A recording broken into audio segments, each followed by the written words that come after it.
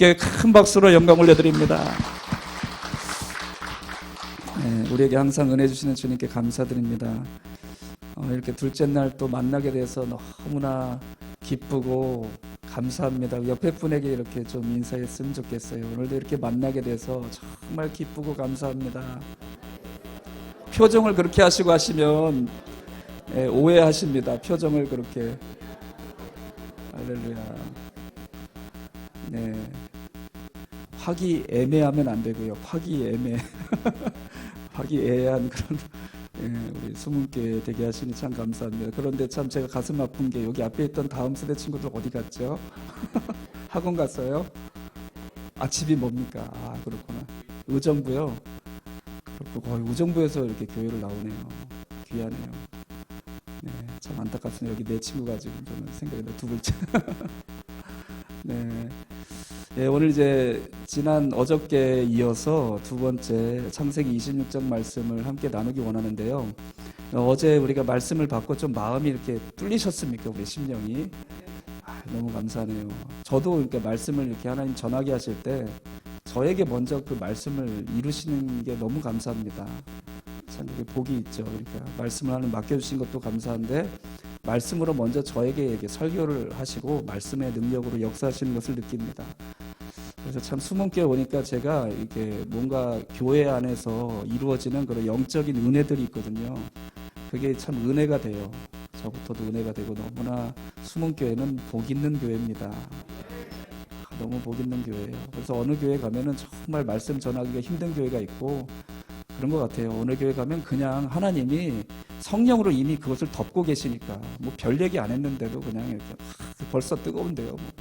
우리 찬양 인도하시는 목사님도 얼마나 그냥 뜨겁게 찬양하시고 온 성도들이 함께 하나님께 나아가는 그런 중심을 이미 받으신 줄로 믿습니다. 너무 감사드리고요. 네, 어제 이제 첫 시간에 함께 나눴던 말씀이 생각나실려나 모르겠습니다. 저희 교회 물어보면 몰라요. 그래서 저는 참 어느 때부턴가 좀 자유함을 얻은 게 뭐냐. 내가 한 말을 또 해도 괜찮구나. 그런 자유함을 언젠가 제가 이렇게 한번 느낀 적이 있었던 게 바로 어저께 설교했는데 다음날 모르시더라고요. 그래서 근데 수문교는 별로 안 그러실 것 같아서 제가 좀 긴장이 됩니다. 어저께 받았던 말씀 중에 중요한 부분이 뭐였어요? 이삭의 영성이었죠. 이삭은 뭐 했다? 한평생 파고 또 파고 다 생각나고 기억하고 계시네요. 한평생을 팠다. 그러면 여러분 이제 우리 장로님 어디 계시죠? 장로님, 우리 장로님 정도 되셨으면 신앙생활 오래 하시고 그래도 온 성도들이 우리 교회에 그래도 제일 어르신이다. 성도들의 대표다. 인정해서 이렇게 하나님이 기름 부어 세우셨잖아요. 그러면 이제 이만하면 됐죠. 안 됐다고 그러시니까 진짜 장로님이십니다. 이런 분이 장로님 되셔야 되는 거예요. 됐다고 하시는 분들 위험합니다. 됐다고 하시는 분들이 정말 위험한 거예요. 우리는 항상 하나님이 공사하고 계신 거예요. 언제까지? 주님 나라 갈 때까지 계속 변화시켜 주시고 계속 은혜를 주실 것입니다. 하나님의 은혜는 그래서 태초 이전부터 우리를 창조하시는 하나님이 창세전에 우리를 택정하신 그 시간은 우리가 알 수 없으니까요. 그때부터 지금까지 하나님의 은혜는 끊인 적이 없어요. 그렇게 믿으십니까? 그런데 왜 은혜가 없는 것 같아요? 막혔으니까 은혜가 없는 것 같죠. 하나님의 은혜는 한 번도 우리에게 멈춘 적이 없으셨어요. 왜냐하면 우리의 존재는 지극히 죄인 중에 개수와 같기 때문에 은혜가 없이는 한순간도 설 수 없는 그런 존재들이기 때문인 것입니다. 할렐루야. 그래서 오늘도 하나님께서 우리에게 은혜를 주시는데 오늘만 받아야 돼요? 내일도 받아야 돼요? 내일까지만? 이 아니라 주님 다시 오시는 그날까지 우리는 은혜 아니면 살 수 없습니다. 하여튼 주님 앞에 먼저 그렇게 딱 얘기를 드려보세요. 그러면 내가 잘한다. 내가 너를 잘한다. 하나님 그렇게 응답해 주실 거예요. 할렐루야. 그래서 오늘 이제 이삭의 영성을 우리가 받고 이제 파기 시작했으니까 이제 좀 파려면 언제까지 파야 되죠? 우물을 파기 시작했어. 그럼 언제까지 파야 돼요? 나올 때까지 파야지. 그러니까. 근데 오직 그 파다 마신 분들이 지금 여기 빈자리가 왜 보이죠? 어떻게 하면 좋아요? 파다 마시는 것 같은데. 네, 그래서 저기 내일은 하여튼 다 연락하셔가지고 파다 말면 목사님이 안 된다고 그러던데 이왕 팔 거면은 물이 나올 때까지 파야죠. 할렐루야. 그 이삭의 영성에 대한 오늘 말씀을 우리가 믿음으로 받고 한번 정말 파봅시다. 하나님이 어떻게 우리 안에서, 우리 공동체 안에서 역사하시는지 그 은혜를 누리게 되시길 축복합니다. 그래서 오늘은 지난 시간에 이어서 그럼 우리 안에 이제 막힌 것들이 있는데, 그러니까 반드시 하나님이 우리에게 은혜를 주시는 그런 통로가 있어요. 그런데 이 악한 대적이 있다고 그랬죠. 지난 시간에 여기 뭐 이삭의 대적은 블레셋이라는 민족이었고, 또 그 아래에 있는 목자들에 대한 말씀을 통해서 우리에게 좀 교훈을 주신 게 있는데, 우리 안에 하나님이 주신 은혜를 누구도 막을 수 없어요. 하나님은 또 우리에게 은혜를 주시되 한 번도 멈추신 적이 없다고 그랬죠. 그런데 이 악한 사단마귀는 뭘 하냐면은, 하나님의 은혜는 어떻게 자기가 없애버릴 수가 없지만 그 은혜를 공급받는 통로는 막을 수 있다는 겁니다. 그러니까 그 일을 하는 거예요. 오늘 이삭에게 했던 것처럼 오늘날도 저 여러분에게 이 악한 사단마귀는 그 일을 하고 있다니까요. 하나님의 은혜가 공급되는 통로를 막아요. 계속 막아요. 그럼 우리는 또 뭐 하면 돼요? 파면 되지 뭘. 그렇죠. 어려울 게 없습니다, 신앙생활. 그러니까 그러는 거예요. 요즘에 너무 저희도 이제 예배를 저희는 그러니까 하여튼 제일 우리 신앙생활에서 제일 중요한 1번은 뭐예요? 제가 벌써 얘기를 했네요. 네, 예배입니다. 예배에 목숨을 걸어야 돼요. 교회의 존재 목적이 뭐예요? 내가 너희를 왜 지었다? 나에게 제사하게 하려고 지었다 그러셨어요. 존재 목적이, 하나님 우리를 지으신 목적 중에 1번이 뭐냐? 예배하게 하려고 하셨다. 인간이 죄를 짓고 나서 하나님이 은혜를 처음 베푸신 게 성경에 뭐예요? 창세기 3장, 그 다음 4장. 예배입니다. 할렐루야. 뒤에 계신 우리 원사님이신가 봐요. 할렐루야. 예배입니다. 가인과 아벨 제사에 대한 얘기가 나오죠. 예배예요, 예배. 그래서 제가 언젠가 설교를 여기서 안 한 것 같은데, 예배는 구원이다 라는 제목으로 말씀을 전한 적이 있거든요. 그러니까 예배는 우리가 그냥 예배, 하나님이 뭐 하나님께 예배 그냥 형식적 우리 삶에 그냥 의식적으로 드리는 그런 차원이 아니에요. 예배 안에는 하나님의 구원이 담겨져 있습니다. 할렐루야. 죄인된 가인과 아벨에게 처음으로 하나님이 그 은혜로 제시했던 게 뭐냐? 제사였고 예배였다는 걸 오늘날. 여러분, 그 예배의 의미를 우리가 희석시키면 안 됩니다. 아멘이시죠? 저희 교회는 하여튼 예배가 제일 1번이고, 예배가 우리 모든 사역의 제일 되는 이 중심이 되는 것이 저희 교회에서 이제 이렇게 하는 방향이거든요. 그래서 아이들도 어떻게 하냐면요, 예배를 드리게 하기 위해서 되도록이면 학원을 가지 못하게 하고 있습니다. 죄송합니다. 그래서 학원을 가더라도 이제 이렇게 다 조정을 해놔요. 수요일날, 금요일날은 안 나가게. 다 되진 않습니다. 다 되진 않는데 하여튼 씨름을 하는 거예요. 이렇게. 이 시대가 얼마나 이게 경쟁이 치열합니까? 아이들 공부하는 것도 그렇고, 학원에 뭐 하루 종일 보내놔도 뭐 우리나라처럼 학부열이 높고 대학 가기 어렵고, 대학 가기는 좀 쉬워졌습니다. 저 지방에 있는 대학은 점점 이제 아무나 다 갈 수 있게 되는데, 좋은 대학 가기는 참 어렵고 그런 시대 속에 있지만, 저는 그렇게 믿습니다. 하나님을 예배하는 자를 하나님이 반드시 책임져 주신다는 거예요. 아멘. 그래서 예배가 참 중요합니다. 그래서 우리 수문교회도 오늘날 우리에게 주시는 하나님의 은혜의 통로가 있는데, 이게 막히면 어떻게 된다? 어저께 했잖아요. 막히면 죽는다. 이런 마음을 가지십시오. 아, 그렇구나. 우리 수문교회에서 이 예배가 막히면 죽는다. 이런 좀 심각한 마음을 가져보십시오. 저도 이제 그런 심각한 마음을 갖고 보니까, 우리 어르신들은 이렇게 예배 잘 드리거든요. 그동안 그런 믿음 가지고 살아왔어요. 근데 우리 다음 세대는 그런 영적인 문화가 없는 거예요. 혹시 기도원 많이 산기도 막 다녀보신 분? 산기도. 그냥 손을 안 드시는, 겸손하게 뭐 그냥 이렇게 안 드시는 거죠. 그럼 기도원 뭐 예전에 그 한월산 기도 뭐 그런 데 있잖아요. 그런데 오산리 기도원 가서 뭐 기도 많이 해보시고 그러시면 다 겸손하셔서 손을 안 드셔가지고. 네. 예전에는 참 그 우리 윗세대 분들은 그러니까 기도를 그냥 하지도 그냥 하는 정도가 아니었죠. 기도에 정말 목숨을 걸었습니다. 목숨을 걸고 그렇게 예배에 목숨을 걸고 하나님 앞에 헌신했을 때 이 땅에 진짜 부흥이 일어났어요. 부흥이 일어났고 그때 하나님이 그냥 전도를 그렇게 뭐 열심히 지금도 열심히 하긴 하지만요. 하나님이 얼마나 많은 영혼들을 교회에 보내주셨는지 몰라요. 교회가 세상에서도 큰 많은 영향력을 끼치고 이랬던 시절이 있었죠. 근데 지금은 오나가나 그냥 다 교회 욕하고 교회는 점점 힘을 잃어가고 우리 다음 세대들은 세상의 어떤 구조 속에서 거기에 다 매여서 살 수밖에 없는 이런 시대가 점점 되어가고 있잖아요. 그럼 우리는 어떻게 되겠습니까? 아니 세상이 그렇게 변하는데 어떻게 해요? 그렇죠. 세상이 점점 그렇게 되어져 가는데 우리가 뭐 어떻게 할 수 있는 게 없잖아요. 그럴 게 아니라 하나님의 눈은 어느 곳을 바라보고 계십니까? 세상을 바라보고 있어요? 아니면 하나님이 그 피값으로 사신 자기 독생아들을 내어주시기까지 사신 그 교회를 바라보고 계십니까? 교회를 바라보고 계신 거 맞죠? 그렇습니다.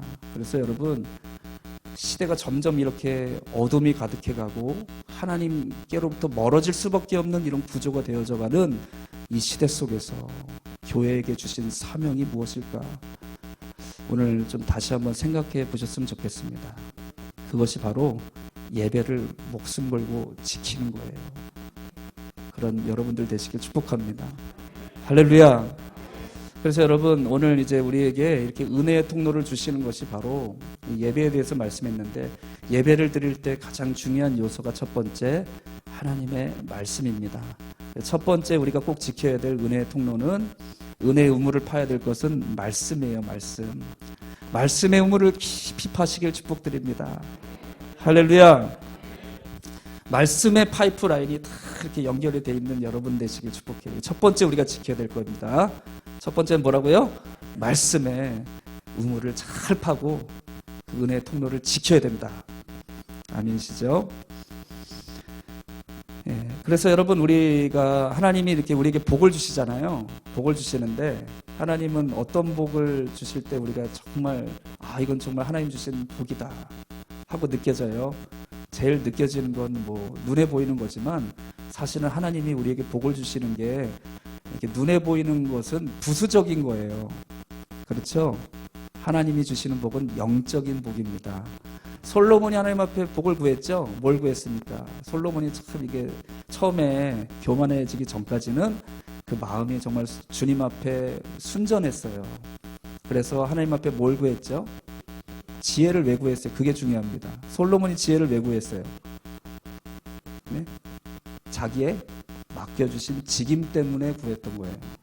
왕으로서 이제 하나님이 기름 부어 자신을 세우셔야 되는데 내가 하나님 앞에 딱 섰더니 솔로몬이 어떤 생각이 들었냐면 하나님 저는 아이라 출입할 줄 알지 못합니다. 정말 이렇게 겸손할 수가 있어요. 네? 하나님이 이렇게 하나님 앞에 고백드리는 솔로몬을 보면서 마음이 그냥 막 아이고 내가 뭐라도 더 주고 싶어 이런 마음이 안 들겠습니까? 할렐루야. 하나님의 은혜는 그래서 어디로 흘러갑니까? 골이 파여 있는 곳으로 이렇게 쫙 흘러가죠. 물은. 근데 그 골이 뭐예요? 우리의 마음의 겸손입니다. 하나님의 은혜는 항상 겸손한 곳으로 흘러내려간다. 할렐루야. 솔로몬이 그렇게 하나님 앞에 겸손하게 구했더니 하나님이 부를 주셨죠. 주시기는 다. 그거는 근데 뭐라고 그러고 주셨어요? 이 모든 다른 것들도 더하여 주겠다고 하셨지. 그게 본질이 아니다. 내가 주는 복이 이건 그냥 좀 더하여 준 거지. 본질은 내가 너에게 지혜를 주겠다 하신 거예요. 이 말씀을 하다 보니 시간이 많이 가는데 그럼 솔로몬의 지혜는 뭐였어요? 두 가지로 성경에 기록되어 있습니다. 내가 너에게 넓은 마음을 주겠다. 그래서 바다같이 넓은 마음 주겠다. 우리가 생각하는 그런 지혜가 아니에요. 우리는 꼭 이게 성경을 꼭 내 기준으로 다 해석을 해놔요. 그러니까 지혜를 얻어도 그러면 막 이제 하버드 대생보다 막 더 수학 문제 잘 풀고 막 이런 것만 생각을 하는 거예요. 그게 지혜가 아니에요. 하나님의 지혜는 솔로몬 마음속에 넓은 마음을 주겠다 하신 거예요. 바다같이 넓은 마음. 이런 마음은 어떨까요? 어떤 것들이 대적이 그 마음에 쳐들어와도 바닷물에 쓰레기 몇 개 버린다고 영향이 있어요? 없어요? 없는 거죠. 다 그냥 품어서 녹여내는 마음. 이 솔로몬에게 이 마음을 주셨고, 두 번째는요, 우리 다음 세대가 좀 들으면 좋겠는데, 두 번째는 듣는 마음을 주겠다고 했어요. 듣는 마음. 이 듣는 마음이 뭐죠? 듣는 마음. 듣는 마음으로 솔로몬이 어떤 한 사건을 해결합니다. 아시죠? 솔로몬의 명재판 다 아시잖아요. 이거 세상 사람도 다 알아요. 예? 어떤 두 여인이 자기 아이라고 했을 때 어떻게 했죠? 반으로 갈라라. 그랬더니 누가 그랬어요? 진짜 엄마는 차라리 그 아이를 저 여인에게 주라고. 그랬더니 이제 솔로몬이 딱 판결한 거죠. 이 사람이 진짜 어머니다. 이 지혜죠. 이 지혜가 어떻게 알게 됐을까요? 솔로몬이 엄마의 마음이죠. 엄마의 마음을 들은 거예요. 솔로몬이. 이게 지혜라고. 그거를 오늘날로 다시 얘기하면 공감력이라고 합니다. 공감력. 공감할 수 있는 힘이 있어요. 그리스도인에게 주시는 이 세상을 다스릴 수 있는 지혜가 뭐냐면요, 공감력입니다. 이거는 그러니까 이 공감지수라고 공감력이라고 하는 거를 세상에 어떤 사람들도 따라갈 수 없게 부어주시는 것이 바로 그리스도인에게 부어주시는 공감력 지혜라는 거예요. 솔로몬의 지혜. 근데 여러분, 지금 이제 우리가 맞닥뜨린 시대는 4차 산업혁명 시대, AI가 지금 막 이렇게 개발되는 시대 속에 살아가고 있죠. 그렇죠? 세상에 우리가 어떤 지혜로 지금 AI를 여러분 따라갈 수 있어요? 없어요? 벌써 지금 이미 사람이 어떤 공부를 많이 해서 따라갈 수 있는 차원을 이미 넘어버렸습니다. 지금 우리가 쓰고 있는 챗 GPT라는 거 아시죠? 뭐 다 아실 거예요. 다음 세대 친구들 아니 챗 GPT를 써본 사람 혹시? 아무도 여기 숨은 이거 저 뒤에 계시네요. 할렐루야. 써보셨죠? 네. 저도 한번 이제 챗 GPT 그 인공지능한테 물어봤더니 청년 사역에 대해서 물어봤습니다. 청년부 사역 누가 아시죠? 목사님? 제가 그 AI한테 물어봤어요. 그랬더니 필요한 거를 하나, 둘, 셋, 넷, 다섯, 여섯, 7개 항목을 딱 조목조목 이런 사역 이렇게 네, 저한테 제시를 해주더라고요. 그래서 아유 고맙다. 네. 그렇다면 우리가 뭔가 이 AI가 이제 이 세상을 지배하는 시대가 벌써 왔고요. 우리 다음 세대들은 이제 그 시대의 절정 시대에 살아가게 될 거예요. 세상이 그렇게 다 돼 있어요. 그 시대에 살아갈 텐데, 그러면 우리에게 있는 이런 이 시대에 무언가 그 AI에게 지배당하지 않고 그것을 잘 다스리며 살아갈 수 있는 요셉과 같은 그런 능력은 뭘까요? 그 중에 한 가지가 공감력입니다. 공감력은 이 기계가 절대로 할 수가 없어요. 할렐루야. 할 수가 없다고요. 이 공감력에서 뭐가 나오면 창조적인 지혜가 나와요.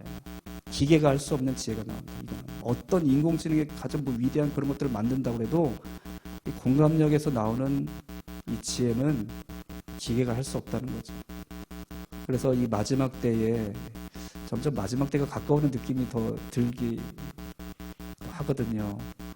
이 마지막 때에 우리 다음 세대에게 정말 필요한 것이 뭐냐? 공감력인데, 성령을 받고 예수 그리스도의 복음을 깨달은 사람은요, 이게 마음속에 이게 이 지혜가 살아나요. 영혼이 공감이 돼요. 그렇습니까? 그 사람들 보면 막 그 영혼의 아픔이 느껴져. 뭘 하게 돼요? 기도하게 돼요. 기도하다 보니까 그 사람이 가장 필요한 하나님 무언가를 나에게 주셔요. 말이든지 섬김이든지. 우리 그리스도인들이 이렇게 살아가거든요, 원래. 할렐루야.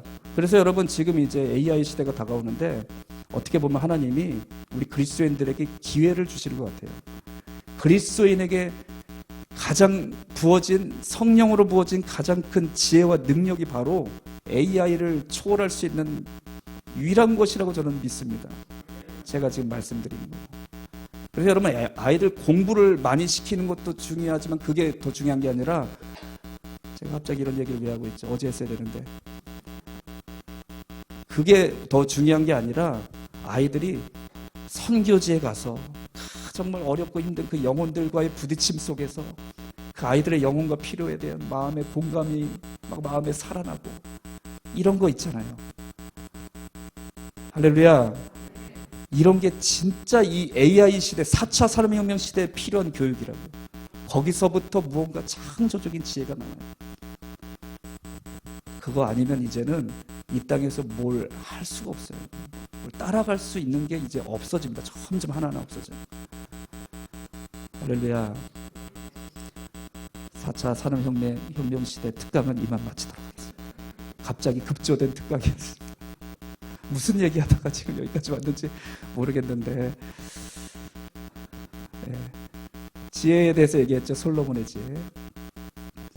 솔로몬은 하나님이 주신 지혜는 공감력이었다. 듣는 마음이었다는 거죠. 오늘 수문교회 성도님들은 꼭 하나님의 은혜가 이 심령에서 열려져서 듣는 마음이 지혜로 임하시길 축복합니다. 할렐루야. 아멘. 그러면요, 막 전도가 될 겁니다. 이상하게 전도가 되기 시작할 거예요. 어떤 분이 이런 일들이 일어날 거예요. 나 저 교회 누구 집사님도 권사님도 장로님 만났는데, 내가 마음이 너무 막 그 위로가 되고 감동이 돼서 내 교회 왔다고. 이런 간증들이 앞으로 우리 수문교회에 계속 일어나게 될 줄로 믿습니다. 할렐루야. 그렇습니다. 그래서 우리에게 주시는 이 지혜, 이것을 우리가 구해야 되는데, 이 지혜는 하나님의 말씀 안에 있는 줄로 믿습니다. 그래서 하나님의 말씀이 내 안에서 살아 역사하시도록 우리는 오늘도 기도하고 이렇게 구하는 심령이 되어야 할 줄로 믿습니다. 근데 여러분, 우리가 말씀을 이렇게 늘 듣잖아요. 뭐 수요일날, 금요일날, 주일날도 오전에 듣고 오후에 듣고 새벽에도 말씀을 수도 없이 듣는데, 그런데 이렇게 말씀을 듣는데도 뭔가 막혀 있는 것은 원인이 있겠죠. 그 원인이 뭐냐? 첫 번째, 말씀이 막혀 있는 그 원인은 우리 속에 있는 의심입니다. 의심이라는 거죠. 야고보서 1장 6절에서 8절 말씀 보면은, 아무것도 너희가 하나님 앞에 구할 때 조금도 의심하지 말고 구하라, 이렇게 말씀하고 있죠. 의심하는 자는 마치 바람에 밀려가는 그 파도 같다 그런 거예요. 막 요동치는 파도 이렇게 불면 휩쓸려가고 저리 쓸려가고 그런 사람 같다. 그게 의심이다. 그러면서 1장 8절의 말씀에 하신 말씀이, 두 마음을 품은 자는 무엇이든지 주께 얻기를 생각하지도 말아라, 그러신 거예요. 네? 생각조차 하지 마라, 그러신 거예요. 그러니까 여러분, 우리가 하나님 말씀을 이렇게 들어도 내 마음에 말씀에 대한 믿음이 없어요. 확신이 없어요. 늘 마음속에 의심이 생겨. 그런 사람은 기도를 해도, 말씀을 들어도 그 말씀으로 무언가 얻을 것도 생각하지 마라, 그러신 거라고요. 할렐루야. 네, 좀 심각해져야 됩니다, 우리가. 그래서 신앙생활을 그냥, 우리가 너무 그냥 이렇게 우리 내면의 깊은 하나님의 역사를 보지 않고 신앙생활하면 말씀이 우리에게 유익이 되지 못합니다. 그래서 오늘 말씀을 들을 때 그 말씀에 대한 의미도 다시 한번 좀 새롭게 내 안에서 열려지는 시간이 됐으면 좋겠어요. 대표적으로 우리가 하나님 말씀을 가장 못 믿는 부분이 뭐냐면요, 그 하나님의 생각입니다. 그러니까 하나님 이 말씀에는요, 하나님의 생각이 다 담겨 있거든요. 그렇게 동의하십니까? 그러면 내 생각은 있어요, 없어요? 없어요. 내 생각도 있죠. 여러분, 이렇게 우리가 하나님 말씀을 듣고 하나님이 이제 말씀으로 응답해 주시고 이렇게 살아가면서 하나님 생각하고 내 생각이 딱 만날 때가 있거든요. 그러면 여러분은 어떻습니까? 잘 하나님 생각이 받아들여지세요? 그런 분들은 참 하나님 말씀이 그의 안에 계신 분입니다. 그런데 우리가 말씀을 듣고 아는 것 같은데도 어떤 우리 삶에 이렇게 어떤 환경과 상황에 직면하게 됐는데 하나님 말씀과 내 생각이 부딪히는 일들이 굉장히 많아요. 안 받아들여지는 거죠. 그러면 마음속에 의심이 일어납니다. 가장 대표적인 그 하나님의 생각과 우리 생각의 기준의 차이가 뭐냐면요. 시간이에요. 시간이 달라요. 그걸 때라고 하죠. 때. 하나님의 때와 나의 때가 달라요. 너무 달라요.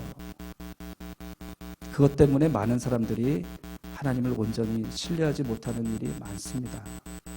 시간이 달라서. 하나님의 시간을 뭐라고 그러죠? 카이로스라고 그러죠. 네, 카이로스. 카이로스라는 뜻은 the point of time입니다. 시간의 한 점. 하나님이 하나님의 시간을 이 땅에 딱 들여오실 때가 있다는 거예요. 야곱 같은 경우는 언제죠? 사닥다리 놓였을 때. 하나님의 시간이 이 땅에 딱 들어와서 크로노스라고 하는 우리의 역사, 우리 인생에 흘러가는 시간에 딱 만나는 그 시간이 있다는 거죠. 그 시간은 누구의 시간인데요? 야곱이 뭐 자기가 정해놨나요? 그 시간에? 아니죠. 하나님이 정해놓으신 때가 있다는 거죠. 근데 우리는 신앙생활 하다 보면 그 시간에 대한 문제에 하나님의 생각에 내가 맞추기가 참 어려워요. 그런 경우들이 너무나 많습니다. 그러다 보면 기도합니다. 기도 다 하고 신앙생활 합니다. 1년이 지나고 2년이 지나요. 어떨 때는 10년이 지나고 20년이 지났는데 그렇게 기도하는 제목이 어떨 때는 하나도 응답이 안 되는 것 같고 하나님은 내 기도를 듣는지 안 듣는지 안 들으시는 것 같아요. 일부러 그러시는 것 같아요.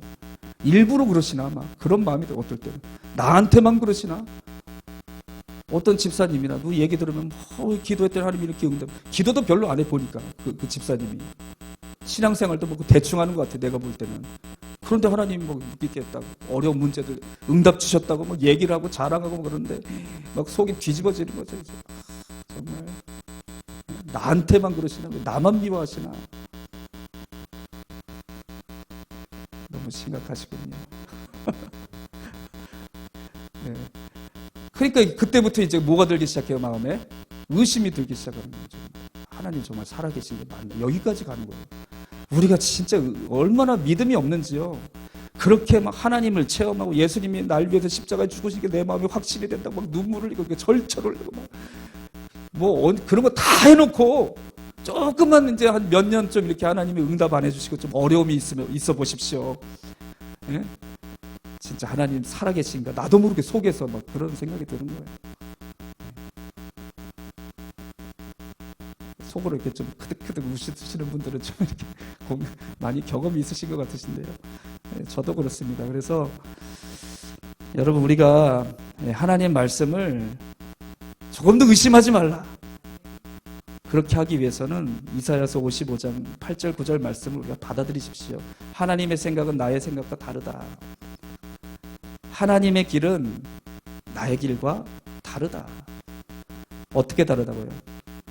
하늘이 땅보다 높음같이 하나님의 생각은 우리의 생각보다 높으시며 하나님의 길은 우리의 길보다 높으신 분이시다. 할렐루야. 그게 인정되기까지 우리의 신앙에 많은 그런 여정이 필요합니다. 그래서 여러분 우리가 신앙의 삶이요 이게 연륜이라고 하잖아요. 이런 과정들이 정말 중요합니다. 헛되지가 않아요. 그래서 우리가 이렇게 오랜 시간 동안 함께 신앙생활하면서 이런 과정들을 겪어오신 우리 신앙의 우리 선배분들이 많이 계시잖아요. 그런 분들을 존경하십시오. 할렐루야. 이런 여러 과정들을 통해 지내오면서 하나님을 정말로 신뢰하는 그 믿음, 하나님 말씀 의지하고 의심 없이 주님을 붙들고 나아가는 그 믿음의 삶의 연단을 받은 거예요. 그걸 정금과 같은 믿음이라고 합니다. 그런 분들은요, 하나님의 응답이 하나님의 말씀의 차원에서 그분들을 통해서 많은 은혜가 성취되는 거예요. 할렐루야. 여러분 우리 마음속에 오늘 모든 의심을 내려놓고 온전히 주님의 말씀을 신뢰해 봅시다. 그렇게 마음을 결단하는 게 믿음이에요. 그래 한번 그래 의심될 상황들이 지금도 있으신 것 같은데 몇 분 보니까 지금 반응하시는 거 보니까 이렇게 의심될 만한 일들이 있으신 것 같은데 그래 내가 한번 끝까지 하나님 말씀 하나님 언약하신 말씀 붙들고 나아가겠다 이렇게 아멘하시면 안 되는데 예? 내가 한번 진짜 하나님은 언약하신 그 말씀 의심하지 않고 끝까지 붙들고 나가 보겠다 할렐루야 그렇게 결단하는 여러분 되시면 오늘 나의 심령에서 말씀의 은혜가 여러분에게 충만하게 임재하실 줄로 믿습니다. 할렐루야. 그래서 여러분 이 말씀이 있는 사람은요 우리 인생에 여러 가지 어려움과 시험이 이렇게 닥쳐오고 시련이 닥쳐올 때가 많이 있는데 말씀께서 우리를 구원해 주십니다. 제가 이제 몇 가지 좀 말씀을 통해서 하나님이 저를 구원해 주신 일들 몇 가지만 좀 얘기를 할 텐데요. 뭐 수도 없이 많죠. 그런데 제가 이제 우리 김선 목사님은 신학교 다닐 때인데 제가 갑자기 부름을 받았습니다. 저는 뭐 신학교를 가겠다고 이렇게 뭐 목회자 되겠다고 그런 준비가 하나도 없이 신대원 시험 보기 전에 6개월 전에 너무나 큰 은혜를 받고 하나님이 저는 이제 이렇게 컴퓨터 전공을 했거든요. 그래서 그쪽으로 취직하려고 하다가 하나님이 저를 이렇게 때리셨습니다. 맞는 것도 은혜예요. 어딜 때리셨는데 간을 때리셨는데 급성 A형 간염에 걸렸습니다. 그래가지고 그 병은 청년이 걸리면요 많이들 죽어요. 이게 신진대사가 원활하다 보니까 막 그래가지고 이제 제가 급성 A형 간염 걸려서 병원에 입원했는데 그날 이제 의사 선생님 둘이서 길에서 얘기를 하고 있는 거예요. 그걸 저희 이제 어머니가 지나가다가 그냥 의사 선생님한테 뭐 이렇게 좀 찾아가서 뭐 물어보려고 하다가 들으신 거예요. 의사 선생님께 이 청년 뭐 오늘 밤에 아마 간이 다 녹을 것 같다고 다 녹아서 없어질 것 같다고 지금 진행되는 상황을 보니까 그 얘기를 지금 의사 둘이서 하고 있는 걸 들으셔가지고 그냥 그 자리에 쓰러지셨어요. 사형 선고를 받은 거죠. 저는 근데 모르니까 참 감사해요. 저는 몰랐어요. 그 사실을 나중에 알았죠. 그래서 이제 그날 밤에 이제 막 우리 부모님은 아셨죠. 이제 생사가 왔다 갔다 오늘 밤이 이제 고비구나. 그리고 이제 병원을 또 막 차에다 실어 여의도 성모병원까지 이제 옮겨가지고 뭐 그래도 그걸 뭐 치료약이 없어요. 그래가지고 그날 기억이 납니다. 진짜 기운이 하나도 밤새도록 계속 토했어요. 계속 이제 그렇게 하루가 지났는데 하나님이 간을 지켜주셨습니다. 그래서 그러니까 여기 있겠죠. 그래서 한 달 동안 이제 병원에 입원하고 퇴원하게 됐어요. 하나님이 그때 이제 그렇게 은혜를 주시고 생명을 주셨는데 그것을 통해서 저의 삶을 하나님이 이렇게 주의 종의 길로 인도해 주셨습니다. 대학교 딱 졸업하기 전에 그렇게 하셔가지고 졸업을 못하게 됐어요. 하나님이 어떻게 하나님의 그 타이밍은요 정말 절묘해요. 딱 그 졸업 시즌 바로 그때 졸업을 못하고 이제 병원 갔다 오니까 그 다음 해에 여름에 졸업을 하게 된 거죠. 몇 사람 졸업도 안 하는데 그렇게 이제 여러 가지 과정을 통해서 하나님께서 종을 이끌어 가셨습니다. 그러면서 이제 하나님이 신대원인데 보내주셨는데 제가 이제 아무것도 준비되어 있지 않으니까 뭐가 뭔지 아무것도 모르겠는 거예요. 그래가지고 신대원에 있을 때 참 이렇게 기도도 많이 했던 것 같아요. 그러니까 참 연약하고 우리가 부족할수록 하나님은 은혜를 더해 주시는 것입니다. 우리도 이런 마음으로 다시 돌아가는 여러분 됐으면 좋겠어요. 할렐루야. 내가 좀 뭐 이제 됐다, 뭐 좀 안다. 이런 마음이 교만한 마음은요 정말 우리에게 독과 같습니다. 아멘이시죠? 그래서 정말 더 기도했어요. 밤에도 기도굴에 저는 많이 다녔습니다. 신학대학원 때. 너무나 마음속에 내가 지금 공부하는 그 신학의 학문과 신앙 경험을 너무 부딪히고 혼란스럽고 뭐가 뭔지 아무것도 모르겠고 막 그런 거예요. 그래가지고 너무나 괴로워하고 그렇게 이제 공부도 하고 그랬었는데 그래가지고 이제 제가 이제 신학대학원 다닐 때는 뭐 이렇게 동기 목사님들도 잘 몰라요. 제가 그래서 그런 여유가 없어요. 제가 이 속에 전혀 여유가 없었어요. 너무나 혼란스러워서. 그래 기도를 했더니 하나님이 말씀을 주시는 겁니다. 그 말씀이 저를 그러니까 그 신대원 생활에서는 저를 살려주신 거예요. 한마디로 그 말씀이 어딘지 궁금하시죠? 안 가르쳐 드릴 거예요. 그 말씀이 어디냐면 여호수아서 1장 7절 말씀 주시죠. 여호수아를 부르시면서 너는 좌로나 우로나 치우치지 말라. 이 말씀을 딱 주셨는데 아니 근데 그 말씀 뭐 그 한 말씀이 뭐 제가 정리가 될 그건 아니잖아요. 그런데 정리가 되는 거예요. 이해가 안 되시죠? 이해가 되실 겁니다. 말씀을 경험해 보신 분들은. 그러니까 말씀이 이해가 돼서 정리가 되는 게 아니에요. 말씀이 그냥 내 안에서 그 말씀대로 이루어 버리세요. 그냥. 이해가 되시죠? 그냥 그렇게 이루어 버리시는 거예요. 그러니까 그동안 혼란스러웠던 것들이 내가 치우치지 않고 하나님의 진리를 따라 걸어갈 수 있도록 다 정리를 그냥 하시는 거예요. 그때부터. 그 말씀 한 구절이 저의 신학교고 막 신학 공부할 때 그 시절에 구원의 능력이 되어 주셨습니다. 여러분, 그러니까 이건 저의 경험이고 여러분도 마찬가지일 거예요. 여러분도 직장 생활 하실 때가 있고 학교 생활, 뭐 진로를 앞두고 막 고민하고 이 직장 사업을 접어야 되냐, 해야 되냐, 말아야 되냐, 어떻게 되냐, 이사를 어디로 가야 되냐, 말아야 되냐, 땅을 사야 되냐, 팔아야 되냐, 뭐 우리 인생에 얼마나 많은 그런 염려, 근심, 걱정거리가 많은데 어디서 해답을 얻으실 거예요?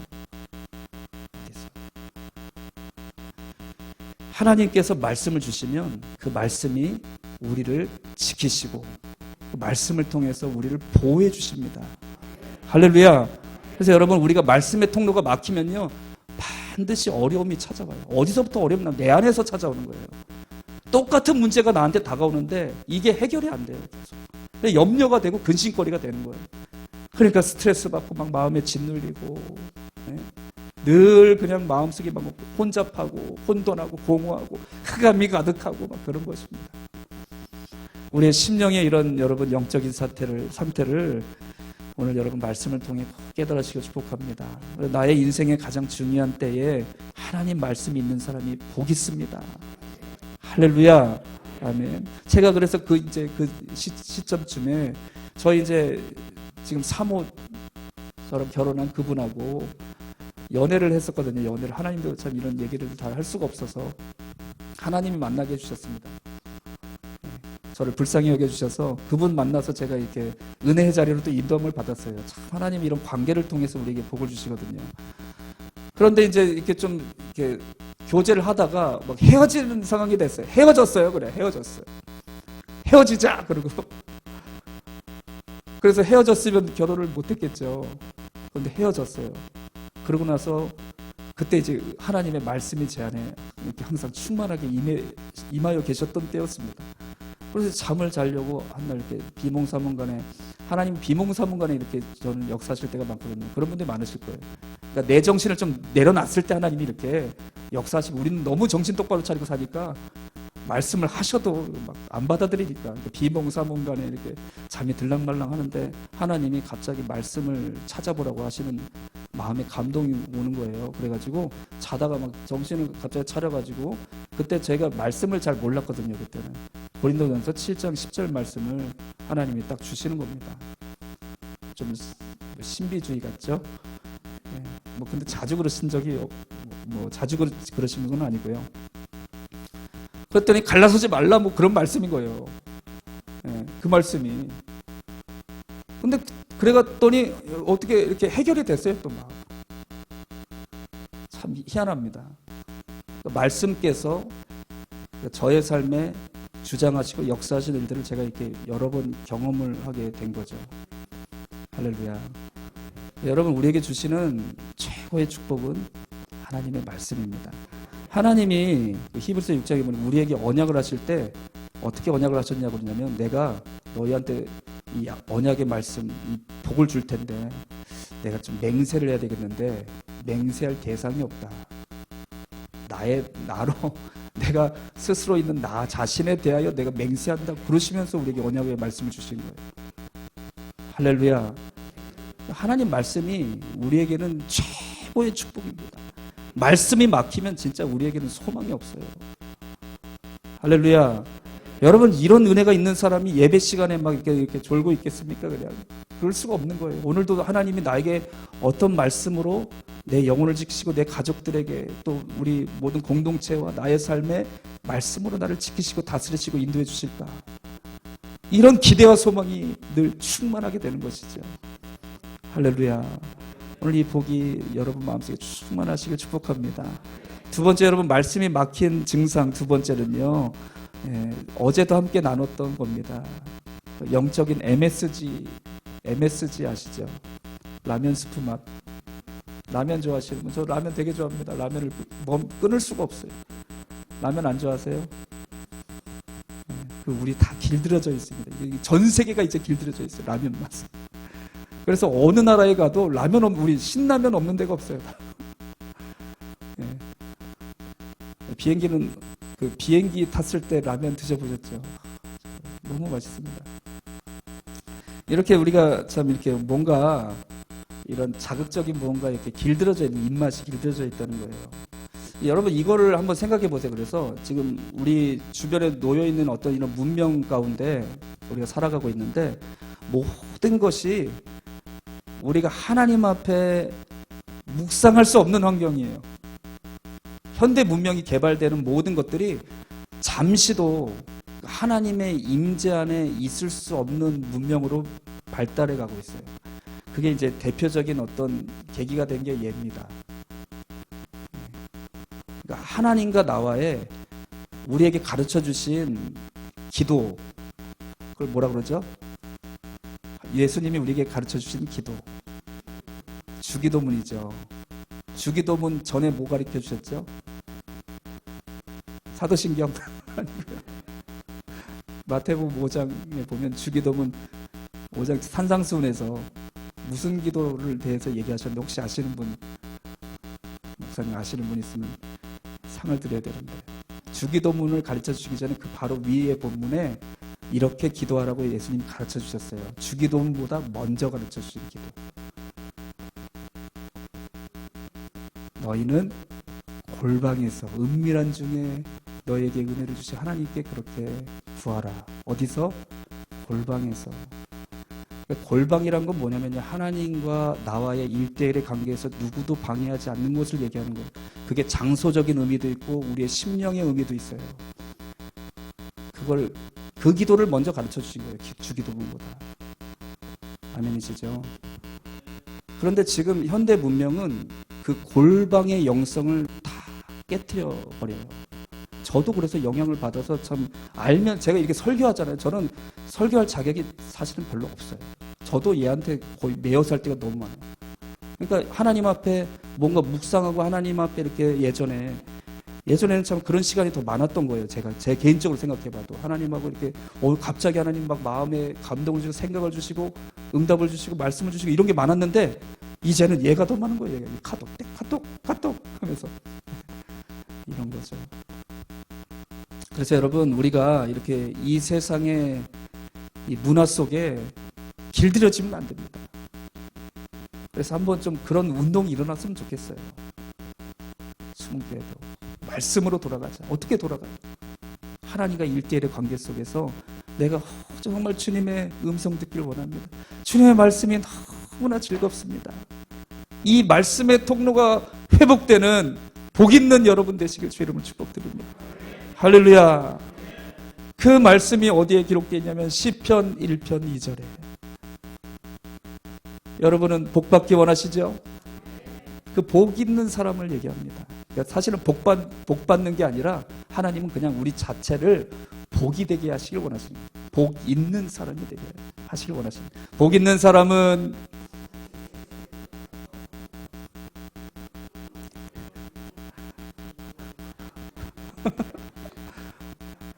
괜찮습니다. 그 다음이 중요한데, 오직 여호와의 율법을 여기만 하시면 돼요. 즐거워하여 주야로 묵상하는도다.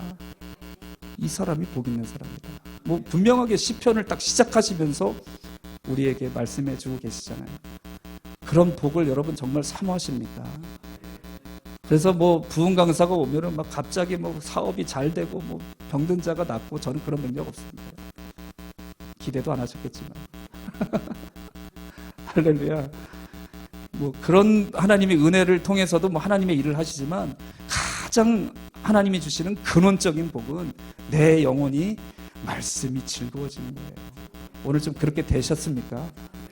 좀 그렇게 되신 것 같아서 너무나 감사합니다. 말씀이 즐거워지고, 이게 말씀을 들으니까 말씀이 내 영혼에서 막 꿀송이처럼 달다. 그런 시편의 119편의 그런 고백들을 얼마나 많이 하나님 앞에 드리는지 몰라요. 말씀이 너무나 단 거예요, 내 속에서. 이렇게 된 것은 우리의 심령에 드디어 말씀과 나의 영혼의 이 은혜의 통로가 활짝 열려졌다. 드디어 뚫렸구나. 그때부터 이제 내 속의 깊은 곳에서부터 하나님의 은혜가 흘러 넘쳐나기 시작합니다. 아멘이시죠?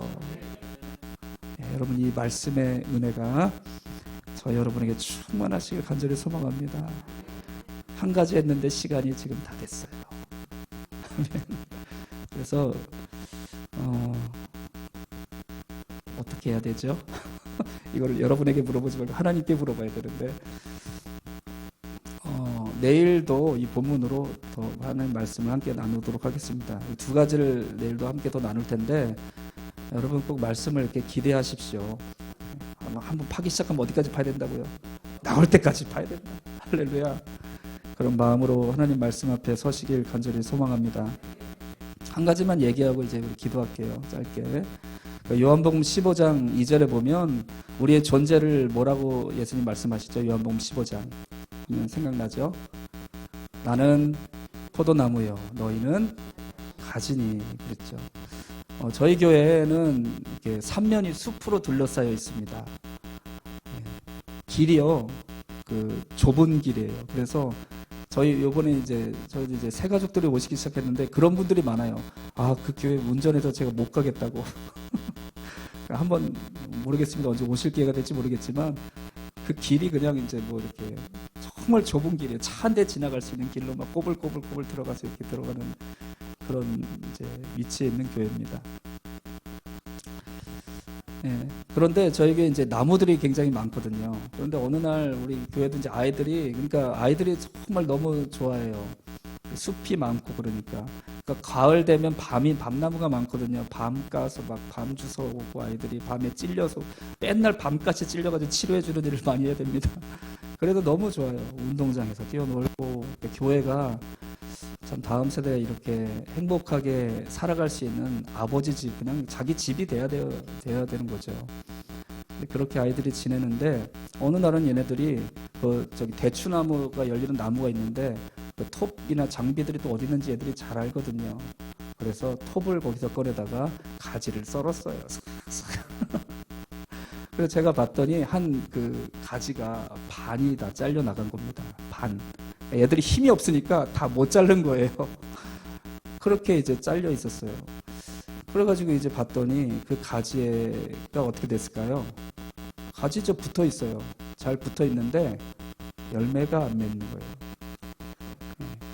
열매가 안 맺는 거예요. 어떻게 된 일일까요? 붙어 있잖아요. 여러분도 지금 주님께 붙어 계시죠? 주님은 포도나무, 나는 가지라. 우리가 주님께 잘 붙어 있으면 스스로 열매를 맺는다. 이렇게 말씀하셨잖아요. 그런데 여러분 잘 생각해 보십시오. 우리가 교회 다니고 신앙생활 하는데 이상하게 열매가 안 맺어져요. 내 삶에 무언가 열매가 안 나타나요. 그러면 문제가 있는 거예요, 여러분. 그걸 당연하게 그냥 여기지 마십시오. 내가 포도나무 가지가 포도나무에 붙어 있으면 절로 열매가 맺어지는 거라고요. 그거는 뭘 인위적으로 하는 게 아니라 그냥 맺어지는 거예요. 그러면 어떻게 됐다는 거죠? 열매가 안 맺어지면 끊어졌다는 거예요. 그래서 제가 그 가지를 보면서 하나님이 요한복음 15장 2절을 정말 확실하게 깨닫게 해주셨어요. 붙어 있다고 다 붙어 있는 게 아니구나. 그래서 그 포도나무 가지는 진액을 공급받는 그 안에 통로가 있는데 그게 끊어진 거예요. 그러니까 붙어 있어도 진액을 공급받지 못한 가지는 죽은 가지인 거예요. 죽은 가지.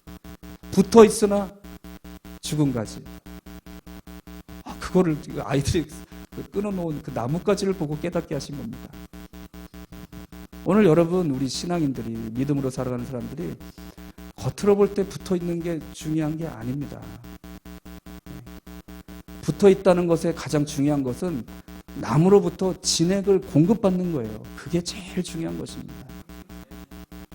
그게 주님 안에 붙어 있는 진정한 가지된 우리의 존재인 거예요. 그래서 우리 그리스도인들은 가지 존재 방식으로 살아야 됩니다. 어떻게든지 우리의 생명의 그런 대신 예수 그리스도께 붙어 있어야 돼요. 꼭 붙어 있으시길 축복합니다. 잘 붙어 있으시길 축복합니다.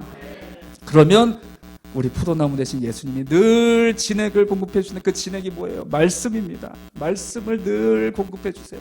자나 깨나 어느 때나 하나님의 말씀이 묵상되어지고 생각납니다. 무슨 일을 만나면요, 말씀이 마음속에서 떠올라요. 말씀으로 생각되어집니다. 그래서 여러분, 우리가 하나님의 말씀이 이렇게 열려진 사람들은요, 기도 제목이 완전히 달라져 버려요. 어떤 거는요, 정말 이제 기도할 필요가 없어져. 이런 얘기하면 좀 제가 죄송한데, 기도할 필요가 없다는 게 아니라 차원이 달라집니다. 그래서 그 하부에 있는 기도들은 할 필요가 없어져 버려요. 이해가 되시길 간절히 바랍니다. 이해를 좀 잘 시켜드려야 되고, 오해하시면 안 되는데, 무슨 얘기냐면 어떤 그런 차원에 있는 부분들은 이미 내 안에 말씀께서 다 응답으로 그냥 임하여 계신 거예요. 그래서 그 부분들은 기도할 필요가 없어져 버려요.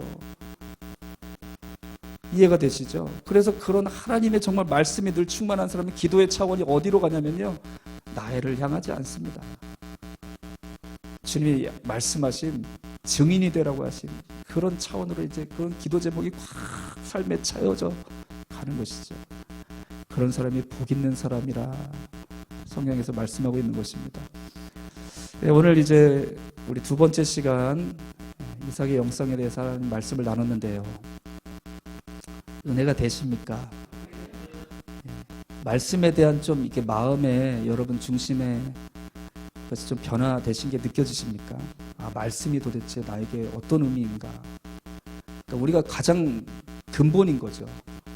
우리 신앙의 가장 근본, 그것이 바로 말씀이다. 말씀이 막히면 죽는다. 어떻게든지 우리는 포도나무 가지된 우리는 주님으로부터 진액을 공급받아야 된다. 그 진액은 말씀이란 거예요. 오늘 여러분 그 은혜를 다시 한번 사모하시고, 말씀이 막히는 것이 있다면 과감하게 다 그냥 다 처리해 버리십시오. 아멘이시죠? 그리고 말씀을 순전하게 받고 그 말씀께서 나에게 역사하심을 온전히 이루어드리는 복된 하나님의 은혜가 여러분을 통해 넘쳐나는 그런 수문께 성도님들 되시길 주의 이름으로 간절히 축복드립니다.